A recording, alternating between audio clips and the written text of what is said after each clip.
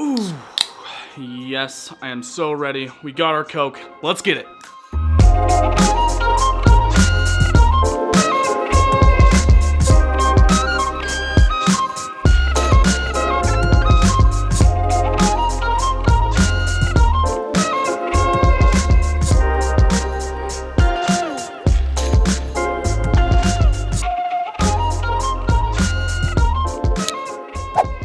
What's going on, guys? Welcome back to Everyday Minimalist. My name is Brandon, and today we've got the Benchmade Anthem. Holy crap, guys. This is Benchmade's flagship model.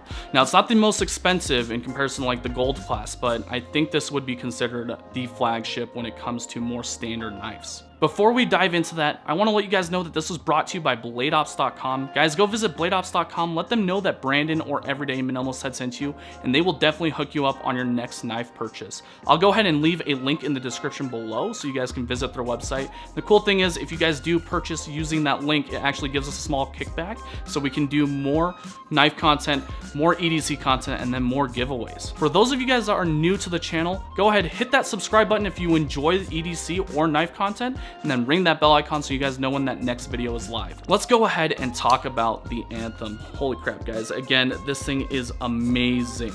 It's absolutely amazing. I just reviewed the Sebenza 31 large. I'll tell you guys right now, I think I like the Anthem more than the Sebenza 31 large, and that's saying a lot. Getting into this knife, oh man. I'll be honest with you guys, I looked at the Anthem before and I thought it was super overpriced. Never handled it before that, so I, completely judged it. Didn't think that it was a great knife, but then I learned a lot more about it. So what makes this knife a lot more interesting is the fact that it is a integral handle. So what that means, there's no liners inside, and it's just a single piece of titanium, aside from the screwed on pocket clip. So with the handle style, you'll notice that there is going to be like chevrons kind of milled into the handle on both sides, and then on the back side of the handle, there is going to be some like jimping, I think is what they call it. I don't really think it's to the point where it is jimping, but it makes it look a lot better aesthetically. Deploying the knife, this thing is super special.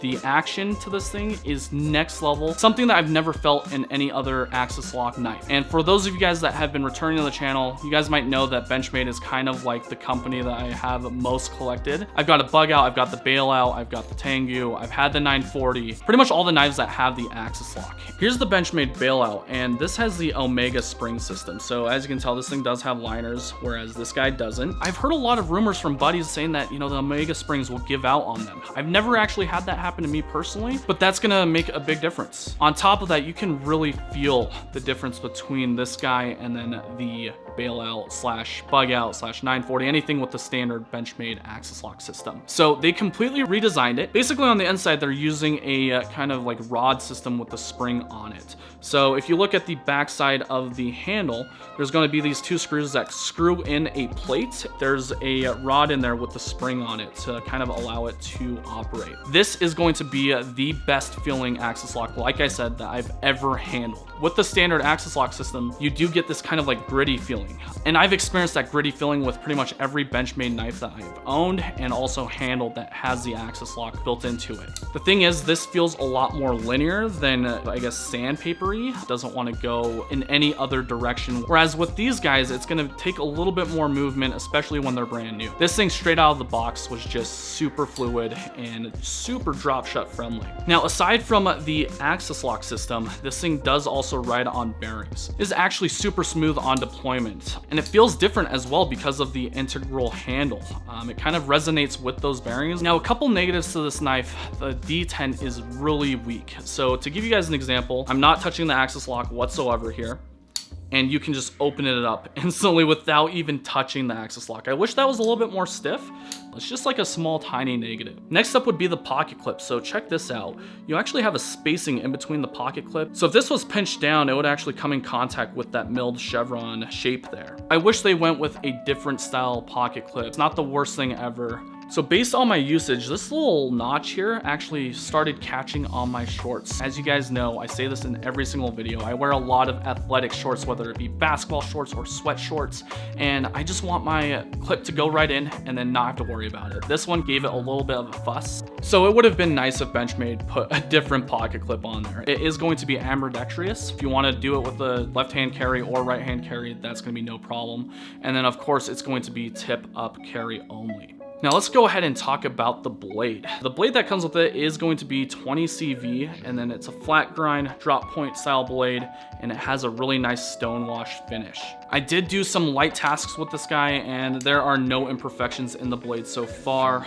The next thing I wanted to point out is going to be this thumb stud. It's actually a really interesting design here. I feel like you can unscrew that. I don't want to do it because this is not my knife. The axis lock thumb stud is also matching the thumb stud on the blade, so that's a really nice touch as well. So let's go ahead and talk about the conclusion with this knife in my review.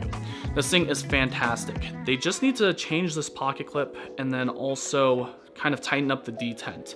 Those are the two gripes I have about this knife. Everything else is fantastic. The chevron milled handles look fantastic in pictures. I am a photographer, guys. When a knife looks good in a shot, then I really appreciate that design. The axis lock, again, guys, is very fidget friendly, and I could do this all day long and not get bored. The bearings on here are very smooth. I don't have any issues with it. And then the blade itself, 20 CV steel. I think that kind of belongs into that $400 to $500 price range. It would have been nice if they did it with like S90V, because that's like my favorite steel, but 20 CV will suffice. In terms of ergonomics, it feels awesome in the hand. I wear a large glove size and there's no issues there. The pocket clip does kind of have a hot spot on my palm, but it's not so bad to the point where I don't want to use the knife. Besides that, guys, I think this is gonna be perfect if you're into Benchmade knives or have a Benchmade collection.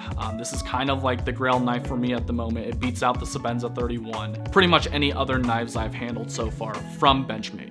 So before I let you guys go, I want to get some of your feedback on what you guys enjoy as far as other knife brands. I've been looking into a bunch of different knife brands. We've got a few knives shipping in that I've purchased. I just want to get your guys' feedback. What should I review next? Let me know in the comments below. If you guys enjoyed this content, go ahead, throw me a thumbs up. If you disliked it, throw me a thumbs down, and I promise I will do better next time. You guys have a fantastic rest of your day. Thanks for dropping by, and we'll catch you on the next one. Peace out.